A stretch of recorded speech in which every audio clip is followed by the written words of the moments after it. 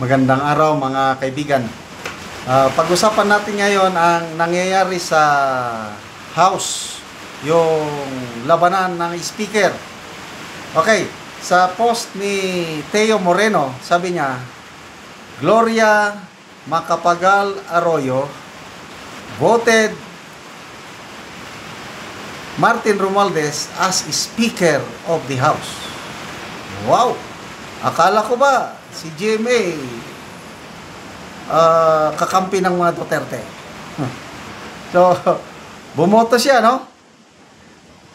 Mabuti pa, itong Congresswoman, Cebu City 1st District, Raquel Margarete Cutie Del Mar, she abstained from voting for the new House Speaker. Wala daw kalaban si Speaker Martin Romualdez. Si Congressman Pulong Duterte criticize niya ang weak leadership sa House. Dahil mamaya nag-walk out. Hindi na siya ito basta ang nakakano dito si former President Gloria Macapagal Arroyo, akala ko kakampi ng mga Duterte, wala rin pala. Ana-ana lang ba? Kung para siyang katulad ni na Senator Kiko and Senator Bam. Ito, post ni Kipichu. Sabi niya, kahit speaker pa rin si Martin, hello, we all know why. It's obvious he is weakening, humihina. He's no longer the superpower he used to be in the 19th Congress. Why? Because instead of going from strength to strength, which should happen if he wants to target higher office in 2028, there are congressmen like this openly defying him. And there are congressmen from massive voting population provinces. Sometimes the end doesn't come all at once. Sometimes it is slow but agonizing. Ito, post ng Sunstar Cebu.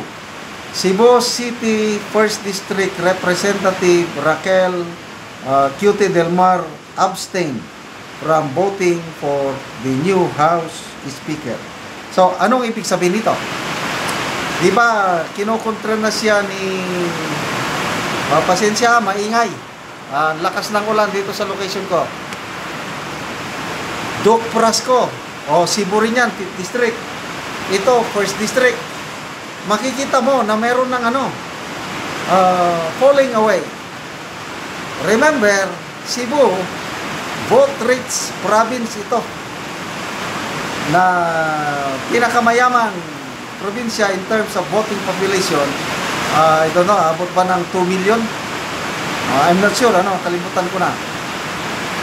So, pag unti-unti nang lumalayo ang Cebu, lalo na ngayon, na ang governor doon, ay si Governor Pam Baricotro, isang DDS, ay delegado sila sa 2028. I don't know kung sino pa yung basta si Congressman Pulong Duterte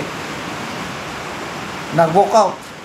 Ito, may mga kongresista na nag-abstain.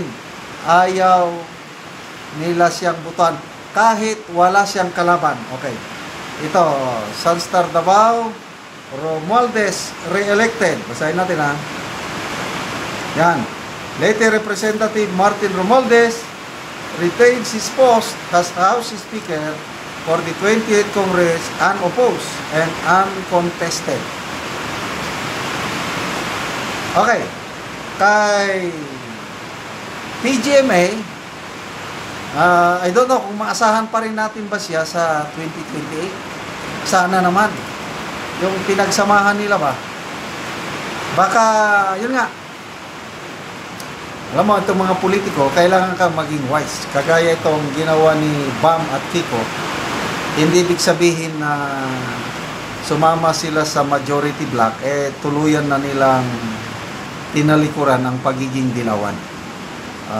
Tama si former Vice President Leni Robredo, naiintindihan niya yung ginawa ni na Kiko at Bam na sumama sa majority block kasi gaya be practical daw kung saan ka mas makaano sa advocacy mo, doon ka. Kaya kawawa si Risa Hontiveros na iwan mag-isa naging ano. So dito kay PJ May, let's pray na sana kahit bumoto siya kay ano, mas maganda sana kung nag-abstain ba para maipakita na ayaw namin sa'yo. Parang ganito sa Cebu. Ngayon, bumoto siya, sige na lang, obserbahan natin. But I believe na yung samahan, sana nga, yung samahan ng mga Duterte at Macapagal Arroyo ay nandyan pa rin. Kailan ba yun bumisita si VP Sara doon? May okasyon, nandun siya. Kasi importante yung paghandaan natin ang 2028. Kasi sa impeachment, itong panalo natin ito, yung dineclare na unconstitutional ng Supreme Court, yung reklamo nila, malaking dagok ito, para bang malas. Yung, di ba, dinasalan, dinasbasan, na nilagay sa paanan ng Panginoon, wala, hindi sila dininig. So, parang bad sign. Karma na ba yun? So, they can refile next year.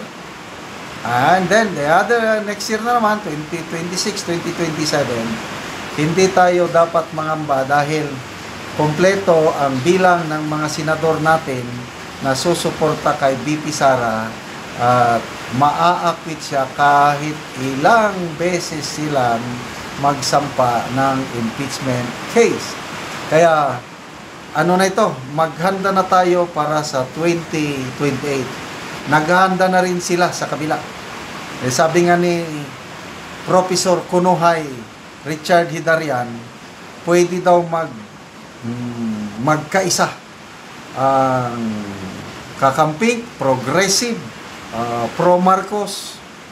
Yun daw ang babangga kay VP Sara sa 2028 at hindi daw makakasigurado si VP Sara sa kanyang panalo. Bring it on, Mr. Hidarian. Ang sinasabi ni Mr. Hidarian, si General Torre daw ang posibleng maging presidente sa 2028. Sige lang, pagbigyan natin. Tinawag ko yan, the impossible dream of Mr. Hidarian and General Torre. Okay, salamat mga kaibigan sa inyong pagsubaybay sa ating channel. Nakakatulong kayo ng malaki sa Tribong Talandig ng Bukidnon. Dahil ang sweldo natin sa channel na ito is pantulong natin sa tribo.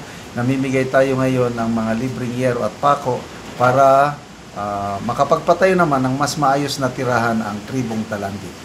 Panoorin nyo ang video na ito. Ano yung atop ni Atis na taga Anamugero. So mag-atop na gid siya. Atin na yan. Hulog na. Sige na. Ano ang nahatag si ate na yero. Ha? Yan ani sa mga uman. Yan ani sa tagunan. Oh, bisa na. Oh, hadiah.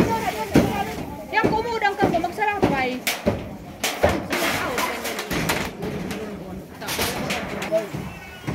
Ha? Karon naman na gid ang atop ni ate. Napulian na gid to ang yero nga daot na. Salamat kayo sa Ginoo. Una-una nagpasalamat ko sa Ginoo nga na siya gamit ng tao, labi na sa nag-sponsor, labi na po sa disaligan, na mga kapadangat na mga tabang. Salamat kaayo kung wala siya. Ang Ginoo, hindi pa ko makapuli sa akong ato, nga 13 na katuig. Aya pag yun napulihan og hero. Salamat gid sa Ginoo. Ginautunta nga aduna pay mga katawhan nga mapadangat ang iyang tabang. Kay aron magpasalamat pud sila o. Dalay gud ang Ginoo. Oo. Pila na day imong anak kabukte? Lima ako, unom akong anak, ang akong bana naa sa kulungan niya ako ra isa nag Buhi. buhi niya wala gid ko igong pundasyon nga makapalit kay kung na ako'y gamay nga kwarta sa pagkaon ra man gid ang utaman Oo. yun ang galing sa gid ko makapailis akong atop Oo. so nagpasalamat gid ko sa Ginoo nga naa siya gigamit nga tawo nga makatabang sa nag-sponsor. Salamat.